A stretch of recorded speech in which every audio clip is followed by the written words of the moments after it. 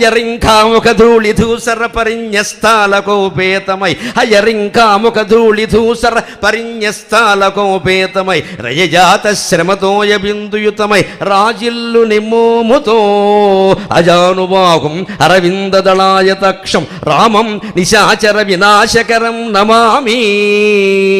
రామచంద్రుని రూపం గుర్తొచ్చింది భీష్ముడికి, రామాయణం చదివి ఉన్నాడు కాబట్టి.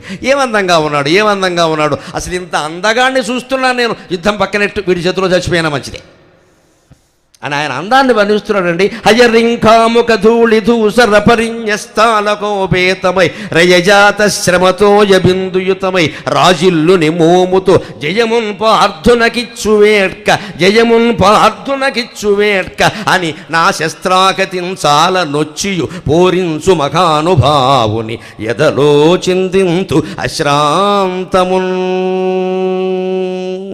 కుప్పించి ఎగసిన కుండలంబుల కాంతి గగన భాగం వెల్ల కప్పికొనగా కుప్పించి ఎగసిన కుండలంబుల కాంతి గగన భాగం వెల్ల కప్పికొనగా ఉరికిన నోర్వక ఉదరంబులోనున్న జగముల వేరేగున జగతి కదల చక్రంబుతో తెంచి చనుదెంచు రయమున పైనున్న పచ్చని పటము జార చక్రంబుతో తెంచి చనుదెంచు రయమున పైనున్న పచ్చని పటము జార నమ్మితి నా లావు నగుబాటు చేయక మన్నించుమని క్రీడి మరల దిగువ కరికి లంఘించు సింగంబు కరణి మెరసి నేడు భీష్ముని చంపుదు నిన్నుగాతు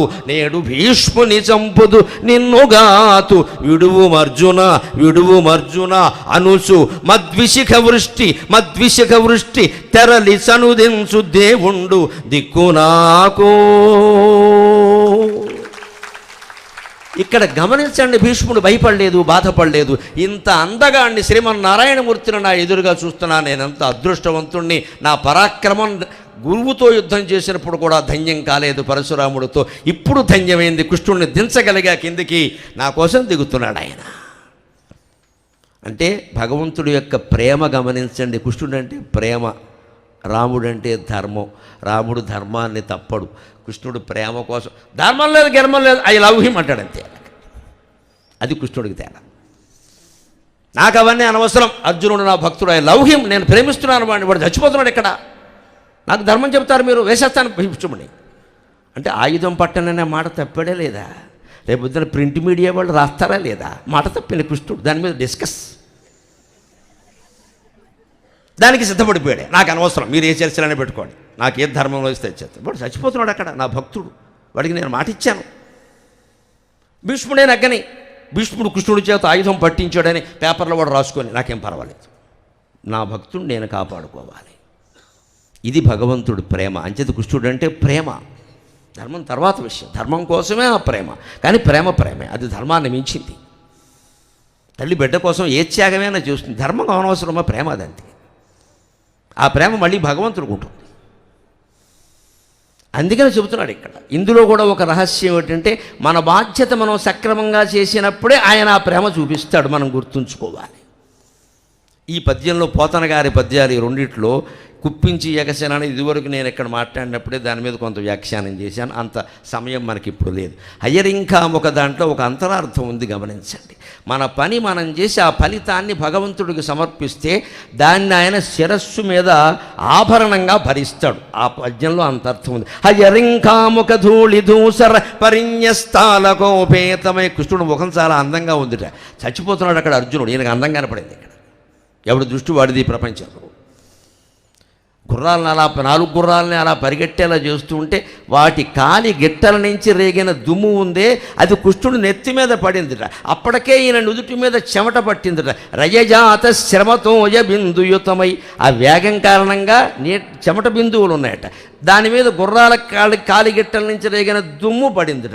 ఈ దుమ్ము ఆయన లలాటం మీద ప్రకాశిస్తోంది. ఇప్పుడు ఈ ప్రకాశం అవసరమా? ఇక్కడ టంగుటూరు ప్రకాశం, చచ్చిపోతుంటే అక్కడ.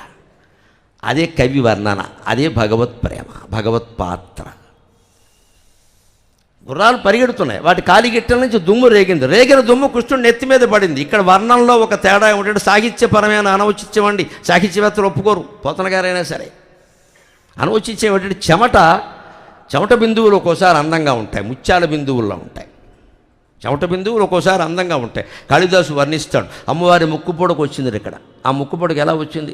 శ్వేత బిందువుల సత్పాల లావణ్య నిశ్చింత సంతోష సందేహకులు నాసికామౌక్తికే. అమ్మవారి కైలాసంలో కష్టపడి పని చేస్తుంది. పని మనిషి మానేసి ఉంటుంది, అంతకంటే ఉంది. ఆవిడే పాపం చాలా కష్టపడింది. శివుడు అక్కడికి వద్దు వద్దు అంటు, నువ్వు చెయ్యవు నన్ను చెయ్యనేవో అని ఆవిడ చేస్తుంది పాపం. చెమట పట్టింది. శివుడికి ఏం చేశాడు? చెమట పట్టినా ఎంత బాగున్నావు పార్వతి అన్నాడు. ఈయన సొమ్మెం పోయింది. అది కాళిదాసు గమనించాడు. కవింటే అది అమ్మవారికి చెమట పట్టింది. ఎక్కడ? నుదుటి మీద. ఆ నుదుటి మీద చెమట బిందువులు ఉంటాయి కదా, అక్కడి నుంచి ఆ చెమట బిందువులు ఇలా ముక్కు మించి జారేయట. మరి చెమట బిందువులు ఇలా జారుతాయి కదా, ముక్కు మీద ఇలా జారేయట. ఆ జారినప్పుడు ఏమైందిరా, ఆ పాల భాగంలో ఉండే చెమట బిందువులతో పాటు అమ్మవారి సౌందర్యం కూడా కొంత జారింది. ఆ పాల భాగంలో ఉండే సౌందర్యం ఉంది కదా, అష్టమీ చంద్ర విభ్రాజ దళిత అలిక స్థల శోభిత, ఆ పాల భాగంలో ఉండే సౌందర్యం కూడా ఈ చెమట బిందువుల ద్వారా కిందికి జారిందట. కానీ జారిన బిందువుల్లో ఒక బిందువు ఇక్కడ ఆగిపోయిందట. ఎందుకంటే ఈ ముక్కు దగ్గర ఇక్కడ డిప్పలా ఉంటుంది కదా, అందుకని ఇక్కడ ఆగిపోయిందట. ఆ ఆగిపోయిన బిందువు అమ్మవారి ముక్కు పుడకయిందమ్మా. అది కాళిదాసు శ్యామలా దండకంలో చెబుతారు. స్వేద బిందువుల సత్పాల లావణ్య నిశ్చింత సంతోష సందేహకులు నాసికామోక్తికే సర్వమంత్ర ఆత్మికే కాళికే. స్తోత్రాల వెనకాల ఇంత అంతరార్థాలు ఉన్నాయి. ఈ అర్థం తెలుసుకుని చదివితే మనస్సు లగ్నం కాకుండా ఉంటుందా? ఒట్టి పారాయణ చేస్తే అలాగే నేను మొత్తుకునేదంతా అది. అర్థం తెలిస్తే మనస్సు లగ్నం అవుతుంది. ఎంత అందం. ఆ ముక్కు పొడకు మించి ఇలా జారాయా, అక్కడ బిందువు ఇక్కడ ఆగింది. ఎందుకని ఇక్కడ ఎత్తుగా ఉంటుంది కదా ముక్కు, డెప్పలాగా. ఆ డెప్ప మీద ఆగింది. ఆగిన బిందువు అక్కడే ఉండిపోయింది. కుట్టేసేట ముక్కు పొడక అయిపోయింది అంతే. అది ముక్కు పొడక. ఇంత గొడవ చేయాలంటే చేస్తాడు ఆయన కవి, కాళిదాసు మహాకవి. అదే అందం. మరి ఆ స్తోత్రాలు చదువుతుంటే ఈ భావన ఉండాలి మనకి. అలాగా శ్రీకృష్ణుడి యొక్క చెమట బిందువులు అందంగా ఉండదు. చెమట అందంగా ఉండొచ్చు, కానీ దుమ్ము అందంగా ఉండదండి. ఇక్కడ దుమ్ము పడింది. హయరింఘామొక ధూళిధూసర పరిన్యస్తాలకోపేతమై.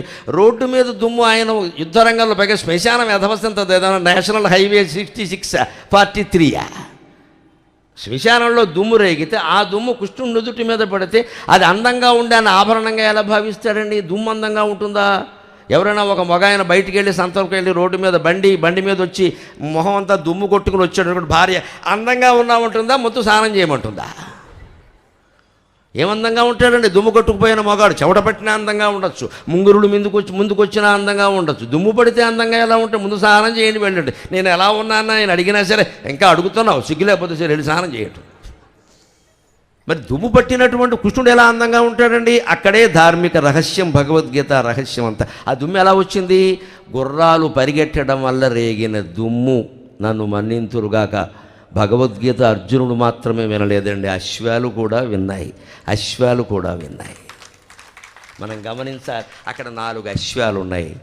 మనకి అర్థం కాకపోవచ్చు భగవద్భాష, అన్ని జీవులకి అర్థం అవుతుంది. అది మౌనమే నీ భాష ఓ మోగ మనస. అశ్వాలకు అర్థమైంది. అశ్వాలు ఏమనుకున్నాయంటే కర్మణ్యేవాధికారస్తే మా ఫలేషు కదాచన అన్నాడాయన. మా కర్మఫలహేతుర్భూర్ మాతే సంగో స్వకర్మణే అన్నాడు. నీ పన్ను చేయవయ్యా, ఫలితం నాకు సమర్పించవయ్యా అన్నాడు. అందుకని మనం పాండవుల గుర్రాలమైనా కౌరవుల గుర్రాలమైనా పర్వాలేదు, అది మన చేతుల్లో లేదు కదా. మన పని ఏమిటి? పరిగెట్టడం కదా. పరిగెట్టితే వచ్చే ఫలితమే దుమ్ము కదా. అందుకని మనం పరిగెడితే ఆ ఫలితాన్ని, దుమ్ముని భగవంతుడు శిరస్సు మీద ఆభరణంగా ధరిస్తాడు.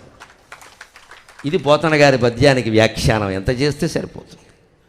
అందువల్ల గుర్రాలు పరిగెట్టడం వల్ల రేగిన ధూళిని గుర్రాల కర్మఫలంగా భావించాడు ఆయన. మీ పని మీరు చేశారు, మీరు యజమానులను బట్టి మీరు ఉంటారు. గుర్రం తప్పే ఉందండి? గుర్రం నడిపేవాడు, ఉపయోగించుకునేవాడు తప్పు, కానీ అది జంతువు. అందుకని మీ ఫలితమైనటువంటి కర్మఫలమైన దుమ్మును నేను ఆభరణంగా ధరిస్తున్నా అని చెప్పాడు. అలాగ మనం కూడా భీష్మస్తవం నుంచి ఏం నేర్చుకోవాలంటే, మన ఎంత క్లిష్ట పరిస్థితుల్లో నెత్తి మీద కత్తి ఉన్నా సరే ఆ కత్తిని ఇంకో కత్తితో ఛేదించగలమా, లేదు దెబ్బ భరించగలమా, కింద నుంచి వాడు కాళ్ళు నరికేయగలమా, లేదు నోరు మూసుకుని ఉండగలమా? ఏదో ఒకటి చేయాలి కదా. ఆ చేయవలసింది చెయ్యాలి. కంగారు పడితే వాడు నరక్కుండానే మనం గుండెపోటు వచ్చిపోతాం. కనీసం వాడి మీద క్రిమినల్ కేసు పెట్టే అవకాశం కూడా లేదు. వీడు మామూలుగా పోయాడు, వాడి చేతుల్లో పోతే కేసు పెట్టచ్చు. మామూలుగా పోయామనుకో గుండెపోటు వచ్చి పోయేటట్టు. ఎవడో కేసు పెడతాడు, ఇక్కడ సూట్ కేసులో పెట్టి లాగేస్తారు సాయంత్రానికి. మన పని మనం చేయాలి. యుద్ధమైనా సరే, కోర్టు అయినా సరే, ఏదైనా సరే చేయవలసిందే పని. ఇక్కడ బద్దకించడానికి వీలేదు. ఇక్కడ డబ్బు కొంత ఖర్చు అవ్వచ్చు, యాతన అవ్వచ్చు, ఏదైనా సరే చెయ్యాలి. అప్పుడే నేరానికి తగిన శిక్ష పడుతుంది ఖచ్చితంగా. అది చెబుతున్నాను. నీ పని నువ్వు చెయ్యి, దాని ఫలితం నాకు అర్పణ. దుమ్మైనా సరే నేను తీసుకుంటానయ్యా, సొమ్ము అయితే తీసుకుంటానని వేరే చెప్పాలా? అందుకే 9వ రోజు కూడా ఇలాగే జరిగితే మళ్ళీ కృష్ణుడు ఆయుధం పడితే కుప్పించి ఎగసిన పద్యం అక్కడదే. అర్జునుడు బతిమాలితే వెనక్కి వచ్చాడు. మొత్తం మీద సరిగ్గా యుద్ధం చేస్తావా, నన్ను దిగమంటావంటే నేను చేస్తాను, నువ్వు వదిలే అన్నాడు.